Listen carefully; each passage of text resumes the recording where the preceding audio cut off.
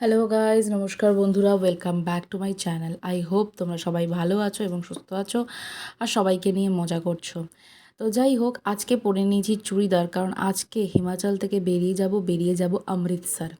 তো চলো, এই চুড়িদার আর শাল নিয়ে রেডি হয়ে গেছি। ভাবলাম একটু ফটোশ্যুট করে নিই এই সুন্দর হোটেলের ব্যালকনিতে। আর আজকে গৌরবজি আমাদের ফটো তুলছিল লাস্ট বারের মতো, বিকজ আমাদের ট্রিপ আজকে লাস্ট ডে। তো আজকে লাস্ট ডেতে আমরা ডালহৌসি যেটা হিমাচল প্রদেশে অবস্থিত, সেই ডালহৌসি থেকে বেরিয়ে হিমাচল প্রদেশের বর্ডার ক্রস করে আমরা ঢুকে পড়ব চণ্ডীগড় হয়ে আমরা চলে যাব অমৃতসর। আর আমাদের ডালহৌসি থেকে অমৃতসরের দূরত্ব হচ্ছে 145 কিলোমিটার। বাসে করে যদি যাও, বা তোমার ট্যাক্সি, তারপরে গোল্ডেন টেম্পলের জন্য ভলভো বাস ও কিন্তু অ্যাভেলেবেল আছে। যেটা তোমাদের সুবিধা মনে হয় তোমরা ইউজ করতেই পারো। এই শেষবারের মতো হিমাচলের পাহাড়গুলোকে আমি দু চোখ ভরে দেখে নিচ্ছি, সঙ্গে আমি আমার ফোনে ক্যামেরা বন্দিও করছি। কারণ আস্তে আস্তে নিচের দিকে চলে যাচ্ছি, আস্তে আস্তে পাহাড়ও শেষ হয়ে যাবে, এবং যেই আমরা হিমাচলের বর্ডার ক্রস করব চণ্ডীগড়ে হয়তো 2-4টে পাহাড় থাকবে, তারপর কিন্তু শেষ।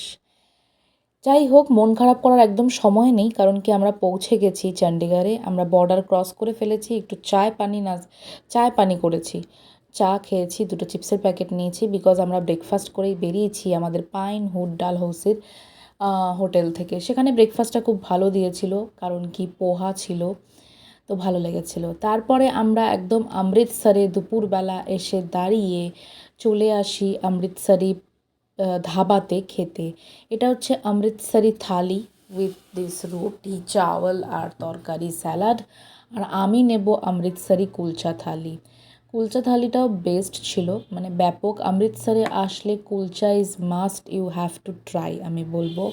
কুলচা থালির দাম ছিল আই থিঙ্ক 150 টাকা, বাট একটাই বড় কুলচা ছিল উইথ দই। ওই একটা কুলচা খেলেই তোমার পেট ভরে যাবে। আর অমৃতসরে এসে সর্ষে খেতে খুব ফটো তুলবো না, এটা তো হতেই পারে না, সেটাও করে ফেললাম। তারপরে অমৃতসর মানে কি কি ইম্পর্টেন্ট বা কি কি মোস্ট ইম্পর্টেন্ট টু ভিজিট, আমাকে প্লিজ কমেন্ট করে জানাও।